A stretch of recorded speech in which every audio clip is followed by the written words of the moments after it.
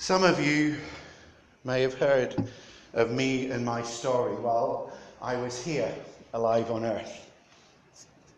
My name was Job, and unfortunately I'm mostly known for my suffering.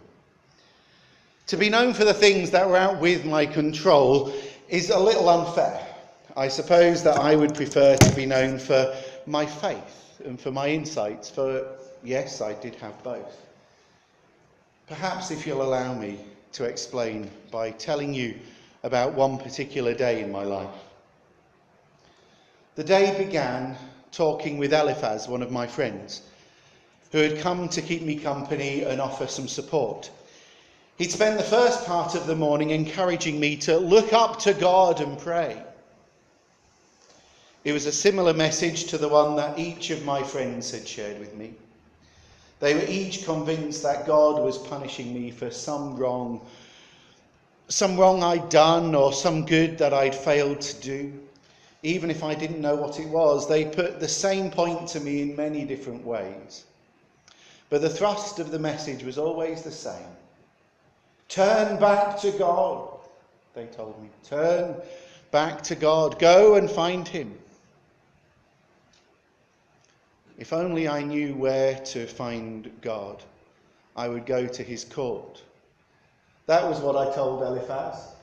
If only I knew where to find God, I would go to his court. But he seemed so distant at that moment. God had seemed so distant for a long while by that point. Ever since all my flocks had died, my farmhands were murdered and my shepherds were killed by the fire that fell from heaven. Ever since the invaders stole my camels and killed my servants. Ever since all my children were killed when the house collapsed on them in a terrible storm. And ever since I'd become deathly ill and covered in these terrible boils, I'd struggled to feel the presence of God. There was a time when God had blessed me beyond all measure. When I went to him every day with a thankful heart, I would say my own prayers. I would even offer prayers on behalf of my children in case they had inadvertently offended God. I knew his peace and his power, and in worship I could find myself in his presence, but no more. I no longer knew where to find God. His presence eluded me at every step, and his silence shocked me. Many around me wondered why I bothered. Even my wife didn't understand. Why not simply curse God and die, she'd said to me. Sure, plenty of others did it. I'd seen it many times. They've done it all through history, and they still do. People give up on God when he seems distant. They give up on God when he's hard to find.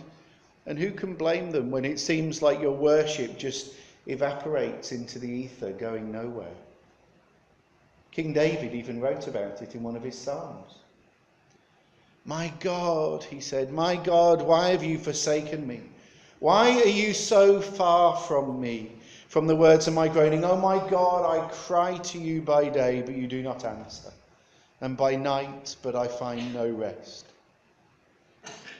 When you feel rejected and lonely, and when your life is bordering on despair, finding the energy for faith can feel beyond your capacity. Feeling far from God is a frightening experience. I can tell you that. When it feels like God is withholding his reviving presence from you, you feel destitute, dry, and desperate for a sense that he's still there, still listening, still caring. And what's worse is that you can't even seem to eke out a prayer, since even your prayers feel empty, and they seem to just return with an echo of defeat. How long can you be expected to remember God if he has seemingly forgotten you? How long can you seek if all that you find is silence? How long is the human spirit able to languish without comfort or response? So why not just give up on God if he's given up on you? If he's turned his back and walked away, then who can blame the man who relents on his searching? Some people turn away from God when trouble comes. They try to get on with that life without him, because choosing isolation can seem less painful than committing your life to someone whom you no longer trust.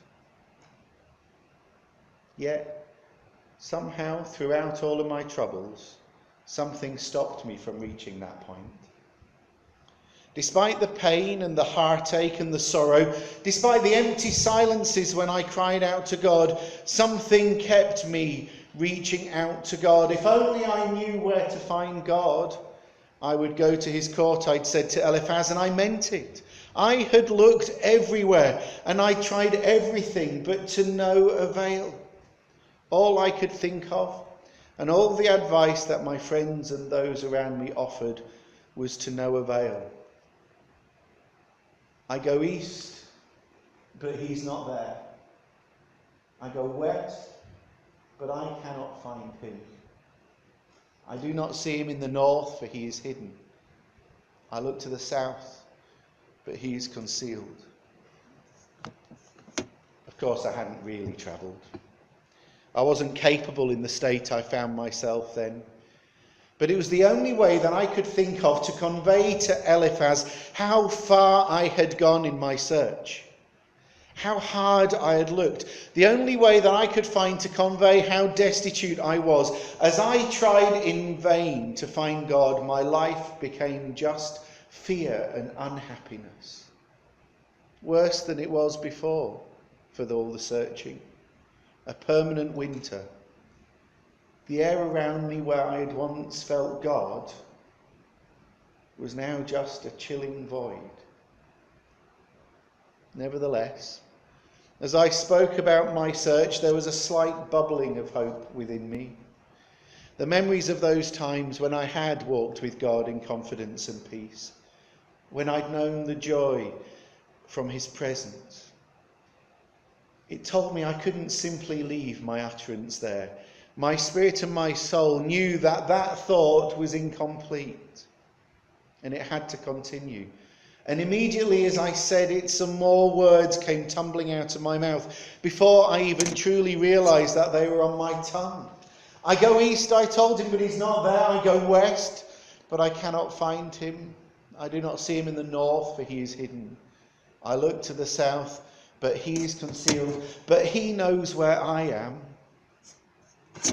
He knows where I am. What marvellous words they were.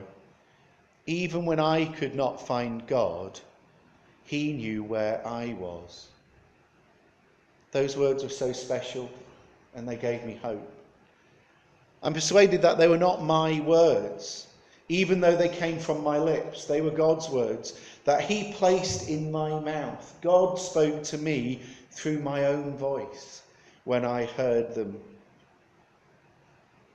And my heart stirred, and my spirit leaped within me because I knew those words were from him. They broke me out of that mindset that I'd got into, that it was I who needed to sort out my own troubles. And they lifted my gaze. Throughout all of that awful time when I'd been suffering, I'd centered all my attention upon myself. I'd become so focused on whether I could draw near to God, so focused on me doing all the work, me doing all the searching, that I hadn't even thought that God might be drawing near to me. I'd looked everywhere, east, west, north and south. I'd searched high and low, but I couldn't find him. Yet all along, God knew where I was. And he was always right beside me.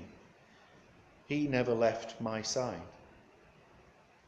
At that point, God revealed to me that though I thought I had lost him, he had not lost me. We have a God who seeks us and who stands by us, you see. It took the rest of God's people a long time to come to that realization. It was the prophet Ezekiel who next hinted at that when he told the people of Israel that God was like a shepherd searching for his flock on a dark and cloudy day. The God of Israel, Ezekiel said, was different to all the other gods around. The God of Israel is a God who actively seeks his people. When troubles come to them, when their days become dark and cloudy, then he doesn't wait for them to go searching and looking east, west, north and south. He seeks them like a shepherd looking for his flock. God declared to the people that he himself would feed them and care for them, and he would treat their wounds and diseases, and he would personally lead them to rest. He promised good grazing ground, abundant pastures, and healing and strength. You see, shepherds actively gather their flock together. They don't just hope that a sheep will meander along and bump into him by random. God would find his people because he is the good shepherd and he knows them, and more importantly, he knows where they are. That idea is such a reversal to the way in which we humans so often think about faith. Back when I was alive, every religion around me was based on making offerings to the gods to try to earn their favour or assuage their anger. All the work in making that relationship work and keeping it alive was ours. It was up to mankind. Those religions then told their followers that they had to work and search for their gods, while their gods simply sat by and waited for men to come to them. And from what I can see, it's not too different in your day. Religion is all about work and duty and being good enough for God. But if we have a God who seeks us, then that turns it all on its head. If it's not for us to seek him, but he seeks us, it turns it all on its head. It was long after my time on earth ended, while God himself walked this earth around Galilee, that Jesus told some stories to make that point clear. He told the story of a man who owned some sheep.